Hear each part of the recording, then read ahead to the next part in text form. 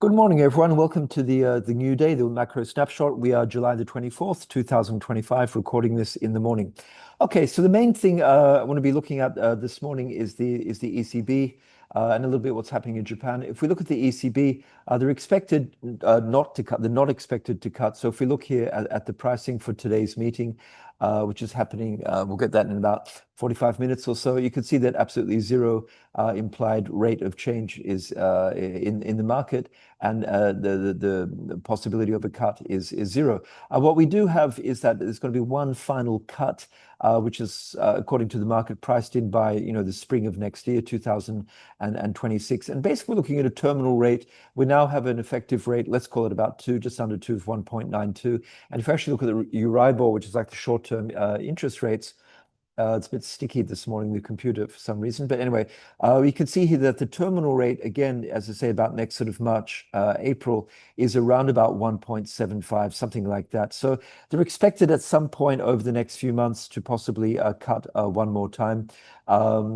And so today there's not expected to be any fireworks, especially as there's been talk of a possible trade deal, with the tariffs of around about 15%. So something similar between what happened between the US and Japan. So there's been talk that something similar will happen between the European Union and the US and will be announced relatively soon. So really what we have to be sort of looking out for today is just any comments, probably I would say, about the exchange rate. And just to sort of bring that into context, we know that the euro has been fairly strong recently over the last few months against the US dollar. And if we look at the euro US dollar, which is in the orange here, you see that it's getting up towards 115, 16, 17, 18, and it could even go above the 120.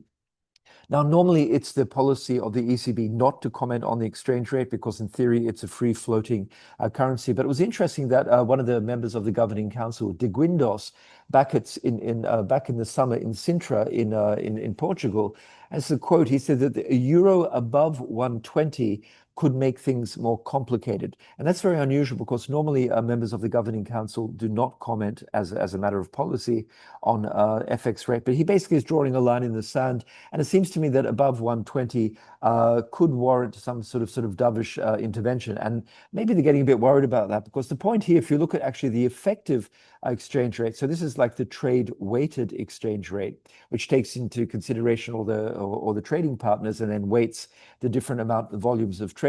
You can see that actually the euro is actually quite strong, so against the US dollar. So this is just the raw exchange rate in the orange, but you can see that on a trade weighted basis, it's actually pretty strong, sort of historically going all the way back to basically have to go all the way back to about 2008 and 9, just after the financial crisis.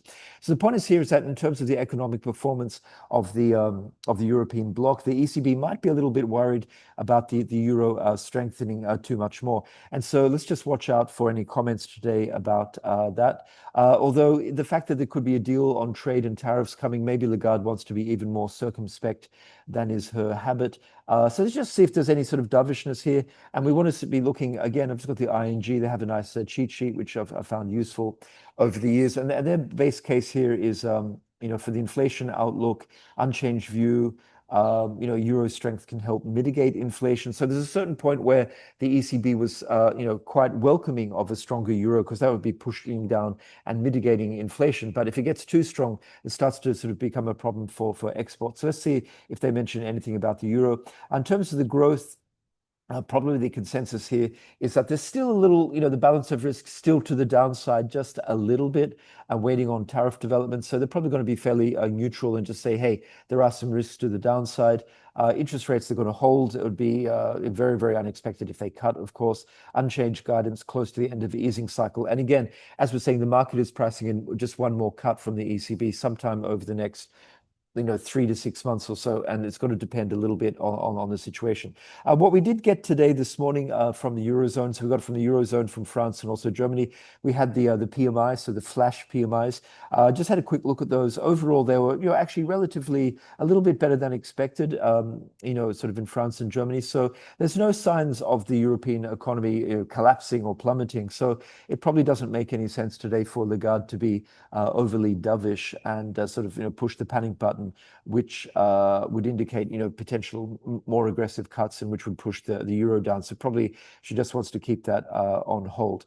But ultimately, as I say, for the euro, and let's just get back to the chart, I think it's ultimately going to be sort of a US dollar sort of question. I mean, it's going to be determined by the US dollar. So if we just, let's just push it here, you see the US dollar, the dollar index just having a little bounce today, but basically still trading pretty weak at this point, but it is quite oversold. And, for sure, technically, has it failed? Is it, all the momentum is to the downside, the moving averages to the downside. It's failed at fib retracements. There's been, technically, it's very, very weak. But you have to say at a certain point to go further in the next few days. I'm not sure that's, on the card. So let's see what happens today with that. Okay, so let's look at some other stuff. Today we also have some data, which is interesting from the US. Yesterday we had existing home sales, which was a little on the weak side. And of course, that was an excellent opportunity for Trump to sort of to bash Powell about the high mortgage rates. By the way, I think Trump is going to the actual building, which is causing all the problems. The Fed building today, I think this afternoon. No doubt he'll be sort of bashing sort of Powell. But what we did get yesterday was, as I say, some slightly weaker than expected existing home sales. That's going to continue this morning because we have new home sales at 10 o'clock. Interesting just to see, what that's saying, because there's been some data, some people saying that, the whole housing sector is starting to sort of slow down a little bit just because of the lack of wage growth. Also the fact that mortgage rates remain sort of elevated, and therefore that is starting to slow down. So let's definitely keep an eye on that. We have the preliminary numbers from the global manufacturing, from the S&P Global for US manufacturing services and composite at 9:45. That's going to be kind of interesting for July because that's relatively timely. Again, it's not data, it's a survey, but that's definitely going to be interesting. And before that's going to be preceded by the initial claims and the continuing claims. And initial claims, as I've been saying for many weeks, it's still it's strong. It's strong in the sense the labor market is strong, so this number is low.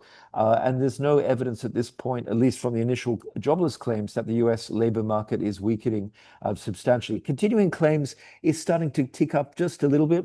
So what seems to be happening, the analysis I've been reading is saying that, that people are not being fired, they're not leaving their jobs, but on the other hand, companies are a little reluctant to hire new people because they're a little uncertain about the future and expansion plans. So we seem to be in this sort of stasis, this point of equilibrium where, people are not finding it easy to get new jobs, which might explain why the continuing claims are a little bit sticky. But on the other hand, people are not being fired, so the initial claims are sort of relatively stable. Anyway, we will get sort of an update on that, and definitely that's something to be looking out for at 8:30.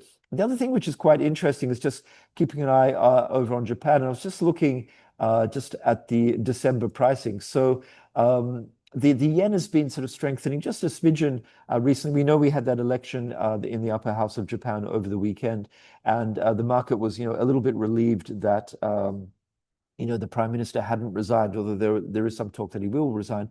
But if you actually look here, this is the intraday chart for December pricing for the Bank of Japan. It's interesting to note that, over the last couple of days, so each sort of section here represents a day. So just over the last couple of days and yesterday, we did start to see some slightly more hawkish pricing for the December meeting. So it was at about 14 basis points, and as you can observe here, it's gone up to about 22, 23 basis points. So up about 8 or 9 basis points. That's hawkishly repriced. So pricing in more possibilities of a hike, not a cut. So keep in mind that the Bank of Japan is the only sort of developed world central bank which is potentially going to be hiking. And just in terms of the USD JPY, you can see here that the US dollar actually has lost out a little bit. It's gone down against the JPY over the last 4 or 5 days.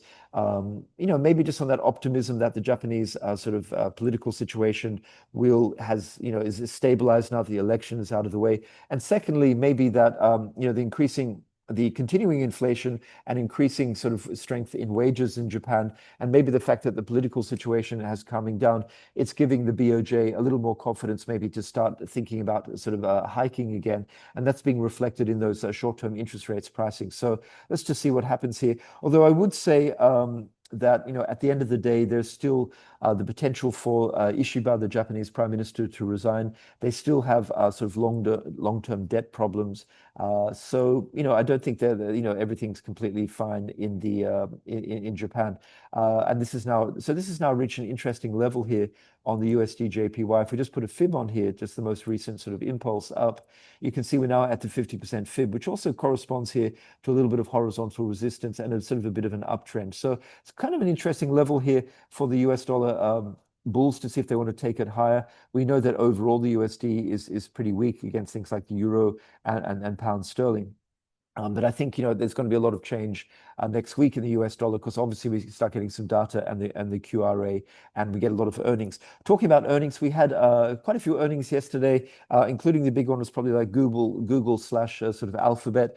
From what I could see, I read some analysis that seemed to be pretty good performance. The only concern was that they thought to keep up with customer demand, they might have to have some very heavy capital expenditure, so capex going into the next quarter. But you could argue, well, I would argue that if you have heavy capex because of huge customer demand for your products and AI, that's maybe not a bad thing. And the actual results were fairly good. They beat on most of the metrics, so that's a positive. And as you can see, overall global equity still sort of enjoying a bit of a sort of a risk-on premium. You see here with the positive earnings and sort of trade deals announced with Japan and possibly a trade deal coming with the European Union. You see here that the ES futures have pushed up above their recent trade range and basically look to be making new highs here. Now, are they overbought? Yes. For sure. Are they reaching some sort of Fibonacci extension levels? Yes. But the reality is, if you look at all the momentum indicators, and we could just throw on some basic EMAs here, as I like to do, you can see that they're above the 20. They haven't even touched the 20 for quite a long time now, 2 or 3 weeks. And all of the EMA, 20, 50, 100, 200 EMAs are pushing higher. So they're doing pretty well. Also over in Europe, not quite as strong. It gave back a little bit. If you look here at the Euro Stoxx 50, after that pop on the sort of the Japan trade deal and sort of rumors of a European deal, they came back a little bit, but still trading almost up to the highs. If you look at the German DAX, trading almost up to the highs, and if you look at let's say a broader index, the Euro Stoxx 600 also trading up at the highs. So not quite as strong as the US here, but certainly, sort of European equities, pretty solid, as I said, trading up towards the top of the range. Apart from that, just with this risk on sentiment, we are seeing a little bit of the bonds just coming off a little bit. If you look over in Europe, with talk of a potential trade deal between the US and Europe, and also the strong sort of flash PMIs this morning from Europe, you can see that, for example, the Bund down. We can also see that the Italian BTPs down. We can see the French OATs down. And also in the US, if we just look at the 10-year, also down a little bit as well. So, just a bit of a sort of risk on at the moment. So global bonds taking a bit of a pause as global equities, show a little bit of strength. And just the only thing which is interesting to me is, though, with this risk on, oil is still finding it very, very difficult to push high. So even with a relatively weak US dollar, potential of trade deals between US and potentially Europe and with Japan. But look at oil. Oil's just finding it very hard to maintain any energy here. So I think any negative news, oil will go down further, because even on positive news, it's just very, very flat. So oil not showing any kind of optimistic price action. And the same thing, I just have one look at the precious metals here, just coming off. If we bring up gold here, hopefully, did I click on that? Yeah, so you see here gold not able to maintain that push higher, which again is probably just a risk-off sentiment. And if we have a look at silver, also giving back a little bit, but silver not as affected because, of course, there's more industrial usage. It's just taking a little bit of a pause. And just interesting also to look at copper, which is quite enjoying the positivity. So if we look at the spreads between, let's say, gold, silver, and copper, fairly classic reaction that the most sort of industrial metal, copper, is outperforming silver, which is kind of in the middle, and the most risk-sensitive gold underperforming. So we have a clear sort of tripartite sort of division there. And if you look at copper, sort of actually making new highs, just giving back a little bit, but still looking pretty strong there. Okay, I'll leave it there, guys. Let's see what happens with the ECB. As I say, probably looking I doubt we're going to get much more further guidance. Probably going to be fairly neutral from Lagarde. Really, what I'll be looking for is sort of any guidance about not so much about interest rates, but the state of the economy going forward, and specifically the exchange rate, the euro. Let's see if Lagarde seems to be worried about that or not. Have a great day, and we'll keep this going tomorrow. Thank you.